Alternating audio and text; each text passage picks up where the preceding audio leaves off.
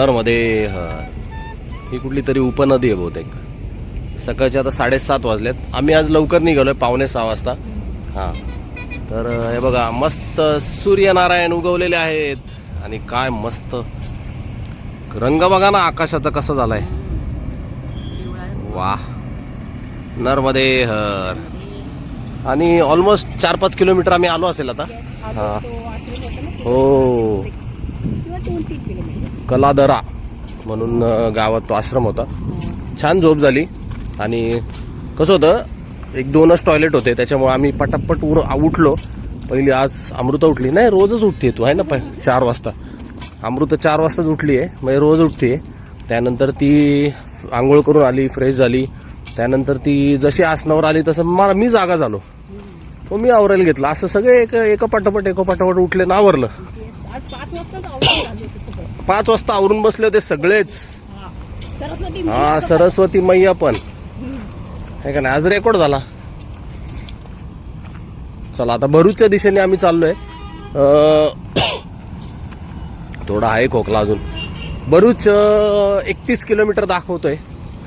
आता तटाच्या मार्गाने माहीत नाही, रस्त्याने तर दाखवतोय. जसे आता बाण आहेत ते फॉलो करू आपण. थोडे इकडे ना बाणांची संख्या कमी झाली. थोड्या रिबिन लावलेल्या आहेत, पण त्याही आता कमी झाल्यात. सो आता कसं होतंय बघूयात. कालचा विषय मी जो घेतला तो मी व्हिडिओ अपलोड करू का नको त्याच्यावर मी 2 तास विचार केला, 2-3 तास.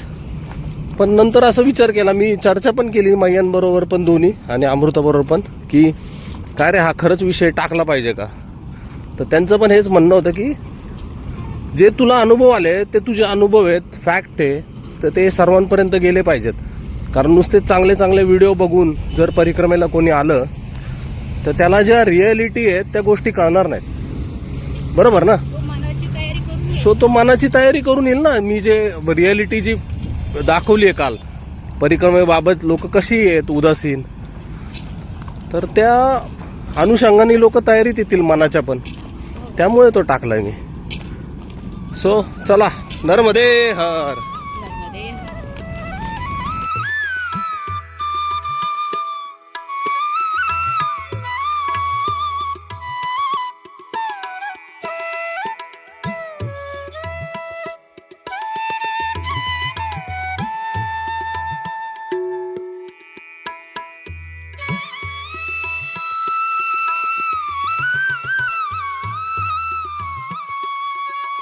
नरमध्ये हर.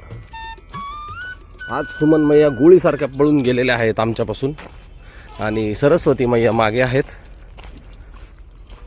एक मध्ये कॅनल लागत होता, तर त्याच्यावर ब्रिज नव्हता, त्याच्यामुळं आम्हाला एवढा मोठा वळसा घालून यायला लागला आहे मेन रोडवरून.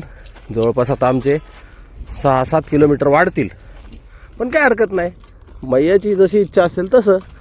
नरमध्ये हर, मैया म्हणेल तसं. नरमध्ये हर. हे बघा, मी डाकू झालेला आहे. खूप धूळ आहे. खूपच धूळ आहे ना इकडं. पण नाकात घासत जाते. हो ना. आणि म्हणजे चालायचं म्हणलं की मग तोंड थोडंसं उघडलं जातच नाही, त्याच्यामुळेच मला जर खोकला बरा होत नाहीये. ॲक्च्युली मी औषध घेतलं आहे झेडेक्स म्हणून, पण त्यांनी पण फरक पडा. स्ट्रेप्सिल्स घेतले, त्यांनी पण फरक पडत नाही आहे. काल आलंही आणलंय. एक महाराजजी आहेत, 1-2 वेळा व्हिडिओमध्ये तुम्हाला दिसले असतील. त्या महाराजजींनी आलं दिलं, आल्याचा तुकडा, तो पण मी चघळतोय. पण ठीक आहे, म्हणजे होईल. मला असं वाटतं 1-2 दिवसात बरा. रात्री येत होता ना पण झोपताना. हां हो. चला, नरमध्ये हर.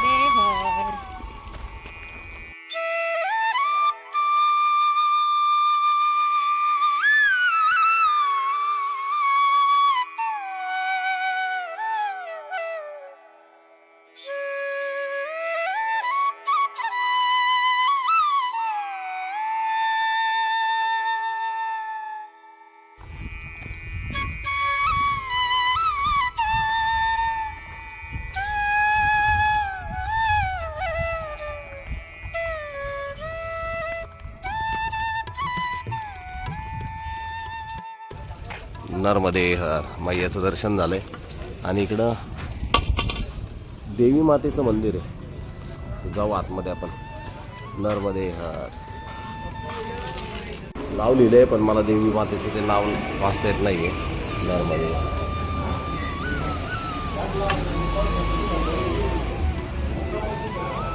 नर्मदे हर.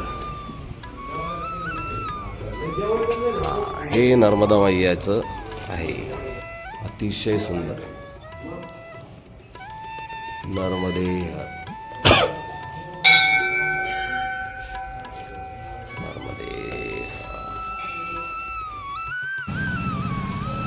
नर्मदे नर्मदे नर्मदे.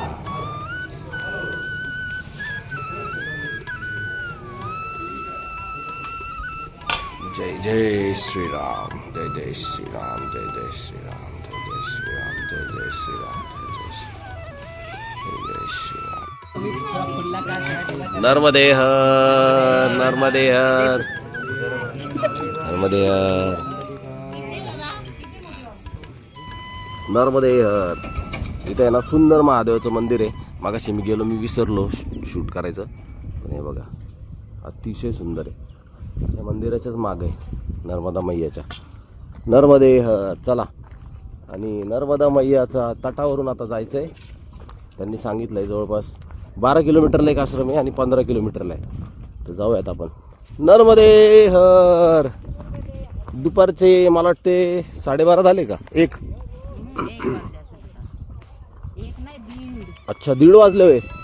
बरं चला. नर्मदे हर.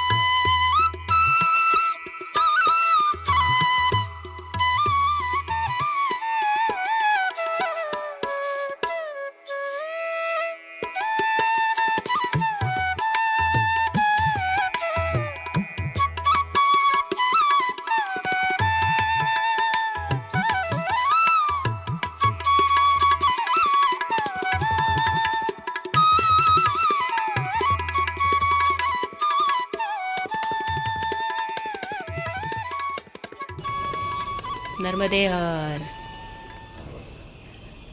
तब्येत काय म्हणते? तब्येत वाट लागली यार आज. आवाजावरून बघ की. खोकला आणि सर्दी, खूप सर्दी झाली आहे. झालाय ना बापरे. आवाज बदललाय माझा. मी सकाळी व्हिडिओच करूच वाटत. तर आम्ही कोणत्या गावात होतो ते मगाशी? कोणतं गाव होतं? भरूच मध्ये चालू. काकुरा नाही, कुकरवाडा असं काहीतरी गाव होतं. तिथं आपण थांबलो होतो आम्ही पाणी प्यायला. कुकरवाडा म्हणून गाव होतं. तर त्या गावामध्ये आम्ही पाणी प्यायला म्हणून एका घरामध्ये मी म्हटलं पाणी द्या आम्हाला. तर मी पाणी मागायला गेले. त्याच्यानंतर तिथल्या ज्या मैया होत्या त्या म्हणल्या चाय पिओगे. आणि त्याच्या आधी फक्त मी 2च मिनटं म्हटलं की इथं कुठं टपरी असेल ना तर आपण चहा घेऊ. हां, घसा पूर्ण गेलाय तर आल्याचा वगैरे चहा घेऊ आपण. आणि त्याच्यानंतर मी पाणी मागायला आतमध्ये गेले आणि त्या म्हणल्या चाय पिओगे. अक्षरशः आहे ना माझ्या डोळ्यामध्ये असं टचकर पाणी आलं ना. म्हटलं अरे यार, आत्ताच म्हटलं की आहे ना की चहाची गरज आहे, कारण ह्यांना एवढा खोकला येतोय ना. मैयाची कृपा आहे खरंच आहे. आणि त्यांनी सांगितलं मग सिव्हिल हॉस्पिटल कुठं आहे. मग तिथून आम्ही सिव्हिल हॉस्पिटलला गेलो. तिथं गेल्यावर आम्हाला एकदम भयानक अनुभव आला. तिथले लोक, आम्ही परिक्रमावासी म्हणून असं एकदम असं तुच्छ असं, म्हणजे कोण आलं हे. हां ना, असं जसं काय ठीक आहे मैया, आपल्याला असं वाटतंय की मैया आपल्याला दाखवते की काय आता तिच्या मनात काय असन ते असन. त्याच्यानंतर मग आम्ही मंदिर शोधायला लागलो आणि शोधता मंदिर कुठं आलोय बघा आता तुम्हीच. हे बघा, मंदिर शोधता आम्ही मैयाच्याच चरणी आलोय. हे बघा, मैयाचं मंदिर आहे, नर्मदा मैयाचं. आणि खाली आहे ना, खाली दत्तगुरू महाराज आहेत, त्यांचं स्वयंभू मंदिर आहे बरं का हे इथे. आणि इथं आल्यावर आम्हाला असं कळालं की हे जे मंदिर आहे इथं